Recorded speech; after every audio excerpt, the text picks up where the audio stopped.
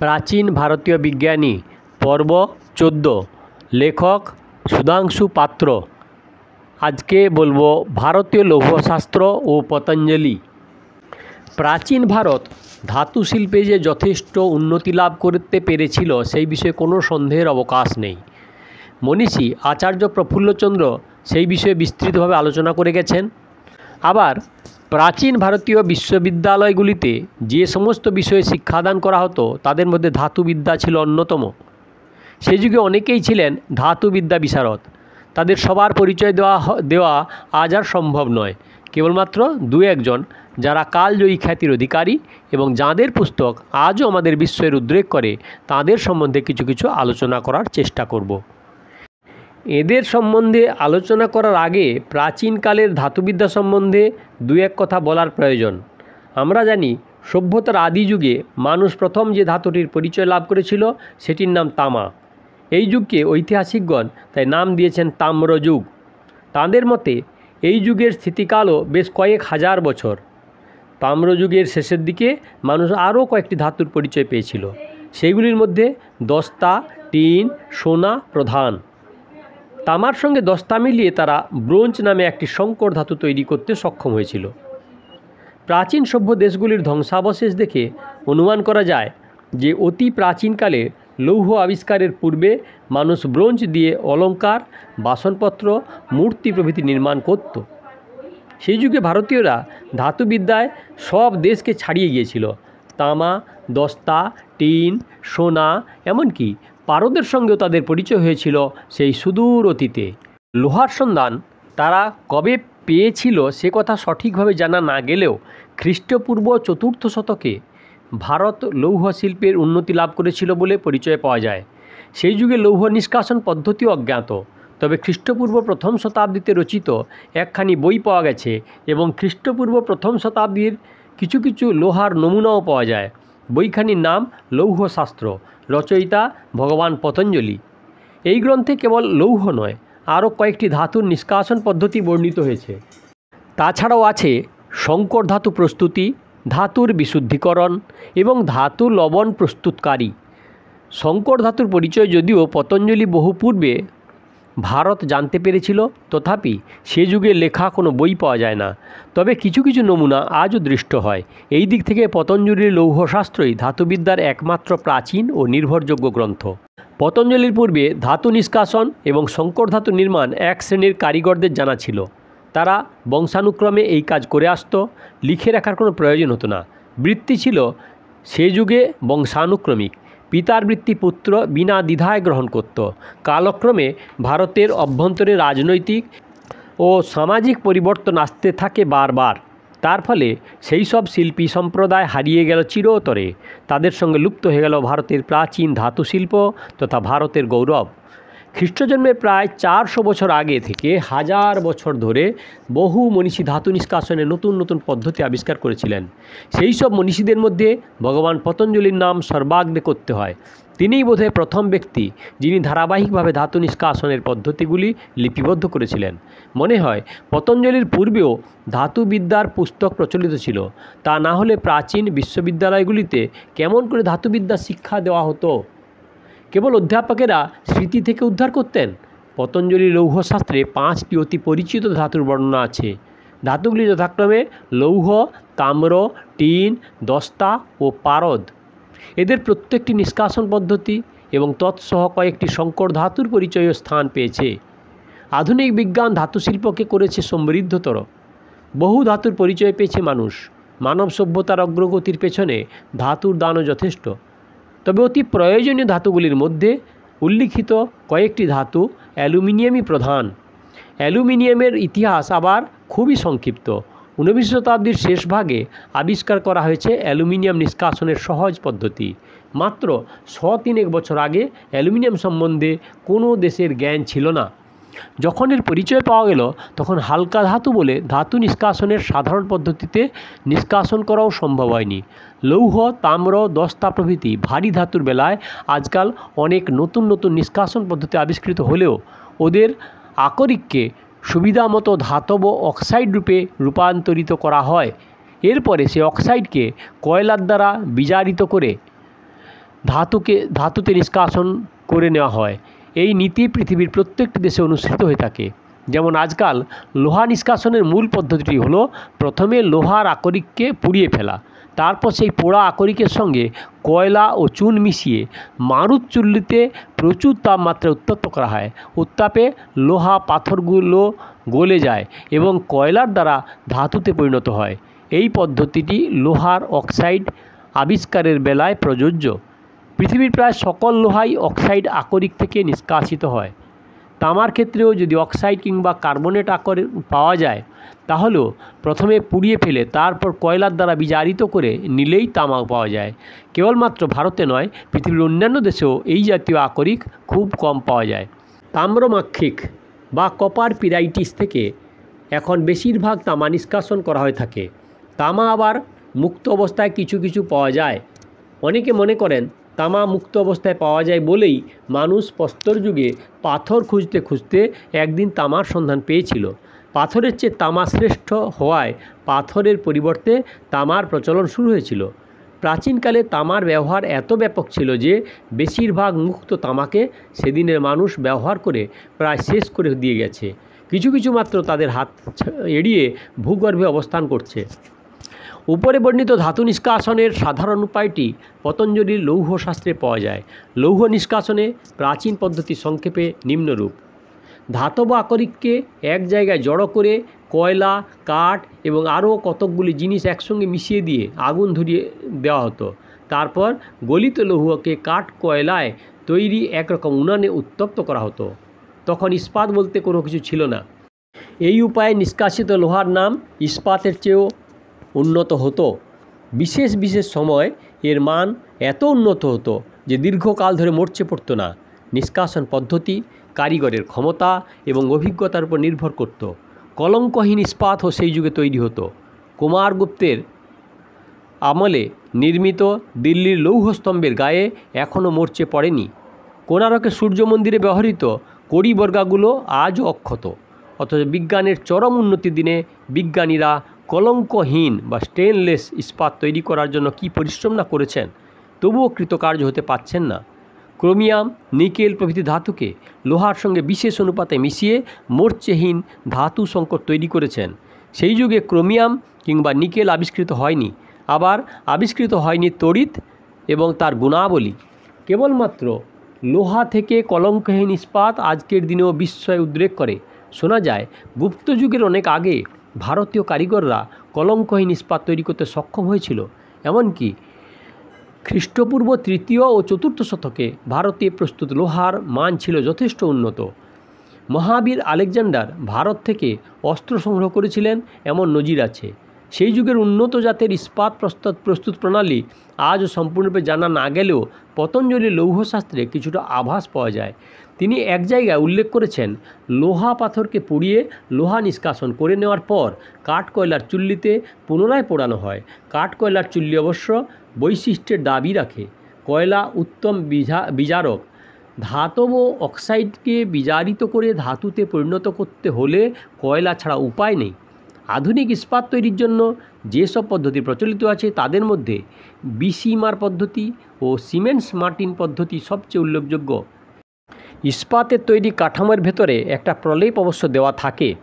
আকরিকের মধ্যে ফসফরাসের উপস্থিতি ও অনুপস্থিতি অনুযায়ী 2 ধরনের প্রলেপের ব্যবস্থা আছে, হয় আম্লিক প্রলেপ নয়তো ক্ষারীয় প্রলেপ। পতঞ্জলি বর্ণিত চুল্লিতে কোনো প্রলেপ কিংবা চুল্লির কাঠামো সম্বন্ধে কিচ্ছু বলা হয়নি। বর্ণিত হয়েছে চুল্লিটি কেবলমাত্র কাঠ কয়লা দিয়ে নির্মিত। বর্তমানেও দেখি ইস্পাত তৈরি সম্পূর্ণ হওয়ার আগে এক রকমের মিশ্রণ যোগ করা হয়, তাতে অবশ্য কয়লা থাকে। প্রাগৈতিহাসিক যুগে ভারত তবে যে লোহা এবং পাথরের সঙ্গে পরিচিত হয়েছিল সে কথা নিঃসন্দেহে বলা যায় না। ভারতের প্রাচীন সিন্ধু সভ্যতা লোহার নিদর্শন পাওয়া যায় না। পণ্ডিতেরা অনুমান করেন মেসোপটেমিয়া এবং এশিয়া মাইনর সর্বপ্রথম লোহার পরিচয় পাওয়া যায়। খ্রিস্টপূর্ব 5ম শতাব্দীতেই লৌহ নিষ্কাশন পদ্ধতি আর্মেনিয়ানদের কাছ থেকে ছড়িয়ে পড়ে সারা ইউরোপ। হয়তো এই সময় ভারতীয় লোহার কথা জানতে পারে এবং অস্ত্রশস্ত্রের উপাদান হিসাবে লোহাকে ব্যবহার করে। পণ্ডিতদের এই অনুমান কতখানি সত্য ঠিক করে বলা যায় না। অনেকে আবার বলেন বহিরাগত আর্যগণ লোহার অস্ত্রশস্ত্র ব্যবহার করতেন। তারা ভারতে এসেছিলেন খ্রিস্টজন্মের ১৫০০ বছর আগে।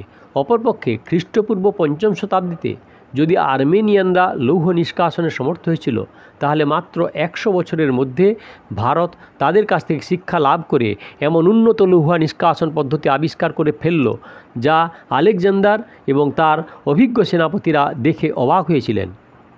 আমরা যদি বলি ভারতই লৌহ আবিষ্কার করেছিল, তাহলে বিদেশিরা ক্ষুণ্ণ হবেন এবং চারদিক থেকে তর্কের ঝড় উঠবে।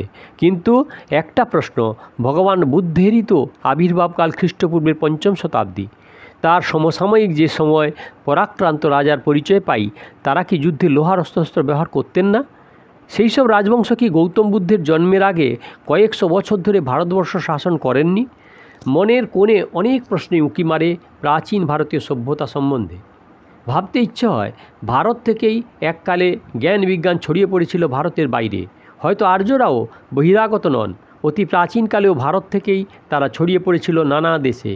গ্রিক, ল্যাটিন ইত্যাদি নানা ভাষায় বৈদিক ভাষার মিল দেখে আমরা বলি আদি ইন্দোনেশিয়ানরাই ভাষাগোষ্ঠী থেকে উৎপন্ন হয়েছিল এই ভাষা। এই আদি ভাষাগোষ্ঠীর জন্মস্থান রুশ দেশে না হয়ে ভারতে উৎপন্ন তো হতে পারে। এই প্রশ্নের জবাব হয়তো একদিন পাওয়া যেতে পারে। যাই হোক, ইতিহাস থেকে যা জানা যায় তা হলো ভারতে প্রাচীন ব্যবহৃত যেসব লোহার নমুনা এখন পাওয়া যায়, গবেষকগণ অনুমান করেছেন সেইগুলি কোনোটি খ্রিস্টপূর্ব ৫ম শতাব্দীর পূর্বে নয়। খ্রিস্টীয় ২য় এবং ৩য় শতাব্দী থেকে লোহার ব্যবহার ক্রমশ বৃদ্ধি পায়। সেই সময় ভারতে আবিষ্কৃত হয় উন্নত লৌহ নিষ্কাশন প্রণালী। তবে কথা সত্য যে আজকের মতো এত প্রচুর লৌহ নিষ্কাশন তখন সম্ভব হতো না। একটি চুল্লির উৎপাদন ক্ষমতা ছিল মাত্র ১০-২০ কিলোগ্রামের মতো। লৌহশাস্ত্র রচয়িতা পতঞ্জলি সম্বন্ধে এবার আলোচনা করা যেতে পারে। প্রাচীন ভারতীয় শাস্ত্রাদির বেশ কয়েকটিতে পতঞ্জলির নাম পাওয়া যায়। আবার পতঞ্জলি নামের সঙ্গে যেসব শাস্ত্রের নাম যুক্ত সেইগুলিও এক শ্রেণীর অন্তর্ভুক্ত নন। প্রথম এবং প্রধান পুস্তক পাণিনির মহাভাষ্য। এই পুস্তকখানিতে পতঞ্জলি যে সাহিত্য, ব্যাকরণ ও জ্ঞানের পরিচয় দিয়েছেন, তা দ্বিতীয় দৃষ্টান্ত অদ্যাবধি খুঁজে পাওয়া যায় না। দ্বিতীয় পুস্তক যোগ দর্শন, ভারতের সর্বকালের একখানি শ্রেষ্ঠ মহাগ্রন্থ। যোগ দর্শন রচয়িতা পতঞ্জলিকে বিশ্বের সর্বশ্রেষ্ঠ দার্শনিক বললেও অত্যুক্তি হয় না। তৃতীয় গ্রন্থ বহু প্রাচীন এবং নবীন গবেষকদের মতে চরক সংহিতা। চরক সংহিতার মতো দ্বিতীয় চিকিৎসাশাস্ত্র পৃথিবীতে কোনোদিন রচিত হবে কিনা সন্দেহ। হাজার হাজার বছর পরেও যোগ দর্শন ও চরক সংহিতার মূল্য এতটুকু হ্রাস পায়নি, বরং উত্তরোত্তর বেড়েই চলেছে। চতুর্থ শাস্ত্র লৌহশাস্ত্র লেখকের অসাধারণ রসায়ন জ্ঞানের পরিচয় বহন করে। এখন প্রশ্ন, বৈয়াকরণিক, দার্শনিক, শরীরবিজ্ঞানী ও রসায়ন বিজ্ঞানী পতঞ্জলিকে একই ব্যক্তি? ইতিহাসে একাধিক আর্যভট্ট, ভাস্কর, নাগার্জুন এবং চরকের পরিচয় পাওয়া যায়, কিন্তু দ্বিতীয় পতঞ্জলি ইতিহাস স্বীকার করে না। অসামান্য প্রতিভার অধিকারী পতঞ্জলি ভারতের এক উজ্জ্বলতম জ্যোতিষ্ক। নির্দ্বিধায় বলা যায় যে প্রাচীন ভারতবর্ষ বলতে ব্যাস, বাল্মীকি, পতঞ্জলি, নাগার্জুন, বুদ্ধ, শঙ্কর, কালিদাস, অশ্বঘোষ, আর্যভট্ট এবং ভাস্করাচার্যকে বোঝায়। বিভিন্ন শাস্ত্র পতঞ্জলিকে বলেছেন গণিকাপুত্র। শব্দকল্পদ্রুমের মতে তিনি গোন্দ্রীয়। তার জন্মস্থান বর্তমান উত্তরপ্রদেশের অন্তর্গত গোন্ডা নামক একটি স্থান। জন্মকাল সম্ভবত খ্রিস্টপূর্ব ২য় শতাব্দীর মধ্যভাগ। পতঞ্জলি সম্বন্ধে আরও একটি মত প্রচলিত। অনেকে তাকে অনন্তনাগের অবতার বলে বর্ণনা করেছেন।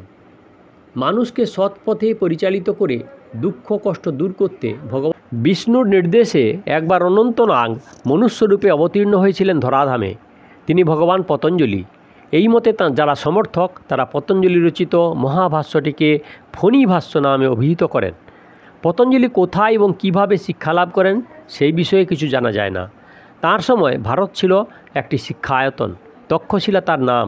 পাণিনি এবং মৌর্য সম্রাট চন্দ্রগুপ্তের মন্ত্রী, অসাধারণ রাজনীতিজ্ঞ ও কূটনীতিজ্ঞ ব্রাহ্মণ কৌটিল্য তক্ষশিলার ছাত্র ছিলেন বলে অনেকে অনুমান করেন। তক্ষশিলা ছিল ব্রাহ্মণ্য ধর্মের পৃষ্ঠপোষক। পতঞ্জলির সময়েও ওই শিক্ষায়তনটি প্রভাব বিন্দুমাত্র হ্রাস পায়নি। ব্রাহ্মণ্য ধর্মের প্রতি শ্রদ্ধাশীল পতঞ্জলি হয়তো তক্ষশিলারই ছাত্র ছিলেন। অতি অল্প বয়সেই তার পাণ্ডিত্যের খ্যাতি চারিদিকে ছড়িয়ে পড়েছিল। সেই সময় উত্তর ভারতে বিরাজ করছিল চরম অরাজকতা। তিনি প্রত্যক্ষ করেছেন মৌর্য যুগের অবসান। তারই আমলে মৌর্য বংশের শেষ সম্রাট বৃহদ্রথকে হত্যা করে পুষ্যমিত্র শুঙ্গ মৌর্য সাম্রাজ্য অধিকার করেন। শোনা যায় পুষ্যমিত্র ছিলেন ব্রাহ্মণ ধর্মের পৃষ্ঠপোষক। মৌর্য বংশের শেষ বংশধরকে বধ করলেও রাজ্যের অতি অল্প অংশই নিজের অধিকারে এনেছিলেন। বিদিশা, বিদর্ভ প্রভৃতি রাজ্যগুলি তাকে অস্বীকার করে স্বাধীনতা ঘোষণা করেছিল। পুষ্যমিত্র পরে এই রাজ্যগুলিকে নিজে অধিকারভুক্ত করেছিলেন। আরও কিছু পরে পুষ্যমিত্র পৌত্র বসুমিত্র বাহ্লিক দেশীয় গ্রীকদের প্রতিহত করেছিলেন। এই দুই বিজয়কে স্মরণীয় করে রাখার জন্য পুষ্যমিত্র দুটি অশ্বমেধ যজ্ঞের আয়োজন করেছিলেন। সেই সময় দেশ বৌদ্ধ ধর্মের বন্যায় উত্তাল, ব্রাহ্মণ ধর্ম নিঃশেষিত প্রায়। কোনো ঋত্বিক খুঁজে পাননি পুষ্যমিত্র। শেষে অনেক অনুসন্ধানের পর পেয়েছিলেন ঋষিকল্প পুরুষ পতঞ্জলিকে। পতঞ্জলির সঙ্গে পরিচিত হয়ে পরম প্রীতি লাভ করেছিলেন পুষ্যমিত্র। পতঞ্জলি সম্রাটের অনুরোধ উপেক্ষা করতে না পেরে অশ্বমেধ যজ্ঞে ঋত্বিকের ভার গ্রহণ করেছিলেন। শোনা যায় তার পাণ্ডিত্যে মুগ্ধ হয়ে পুষ্যমিত্র তাকে মহাসমাদরে রাজসভায় স্থান দিয়েছিলেন। পতঞ্জলি ব্রাহ্মণ্য ধর্মের পৃষ্ঠপোষক হলেও কোনো রকম ধর্মের প্রতি তিনি কোনোদিন বিদ্বেষ পোষণ করেননি, পরন্তু তাঁর কার্যাবলীর মধ্যে বৌদ্ধ ধর্মের প্রতি শ্রদ্ধাই লক্ষ্য করা যায়। তারই প্ররোচনা ও প্রচেষ্টায় পুষ্যমিত্র ও সুপ্রসিদ্ধ ভারহুর্ত স্তূপ এবং সাঁচি স্তূপের দ্বারদেশে স্তূপগুলিকে রক্ষার জন্য নির্মাণ করেছিলেন এক সুদৃঢ় লৌহ প্রাচীর। পুষ্যমিত্রকেও অনেকে বৌদ্ধ ধর্ম বিরোধী বলে মনে করে থাকেন। এ কথা অবশ্য সত্য নয়। বৌদ্ধ ধর্মের প্রতি তার বিদ্বেষ থাকতো তাহলে ভগবান বুদ্ধের আদর্শকে বাঁচিয়ে রাখতে যত্নবান হতেন না। আজও তার যে কীর্তি বৌদ্ধ শিল্পের এক উল্লেখযোগ্য নিদর্শন বলে পরিগণিত। মোট কথা, পতঞ্জলি কোনো ধর্মের প্রতি গুরুত্ব আরোপ করতেন না। তিনি গুরুত্ব দিয়েছিলেন মানুষকে। জাতি ধর্ম নির্বিশেষে মানুষকে ভালোবাসাই ছিল তার একমাত্র ধর্ম। এই দিক থেকে ভগবান বুদ্ধের সঙ্গে তার আদর্শগত মিল। ধর্মের সংকীর্ণ গণ্ডি তাঁকে কোনোদিন বিভ্রান্ত করেনি। কোনো ধর্মপ্রচার তার উদ্দেশ্য ছিল না। একমাত্র উদ্দেশ্য ছিল বিজ্ঞানসম্মত উপায়ে মানুষের ত্রুটি নিরাময়। তাঁর ধারণা ছিল মানুষের দোষ ত্রিবিধ: বাক্যের দোষ, মনের দোষ এবং শরীরের দোষ। বাক্যের দোষ দূর করতে তিনি রচনা করেছিলেন পাণিনির মহাভাষ্য। মনের দোষ নিবারণের জন্য যোগ দর্শন এবং পাতঞ্জল দর্শন এবং শরীরের দোষ নিবারণের জন্য চরক সংহিতা। এই তিনখানি পুস্তকই ভারতের তিনখানি অমূল্য রত্ন। অথচ তাঁর মহান উদ্দেশ্য আমরা আজও সঠিকভাবে উপলব্ধি করতে পারিনি। তাই পতঞ্জলির মতো অবতারকল্প মহাপুরুষ আমাদের অনেকের কাছে অজ্ঞাত। একটি মহান জাতির পক্ষে এর চেয়ে দুর্ভাগ্যজনক আর কী হতে পারে? খ্রিস্টপূর্ব প্রথম শতাব্দীর মধ্যভাগে পতঞ্জলি দেহরক্ষা করেন। এ হলো প্রাচীন ভারতীয় বিজ্ঞানীর ভারতীয় লৌহশাস্ত্র ও পতঞ্জলির সম্বন্ধে কিছু কথা। দয়া করে সাবস্ক্রাইব করবেন, লাইক করবেন, শেয়ার করবেন। আর পেছনের এইরকম ভিডিও দেখতে হলে কাকন বাসুতে ক্লিক করে ভিডিও দেখবেন। আর আগের ভিডিওর জন্য দয়া করে অপেক্ষা করবেন।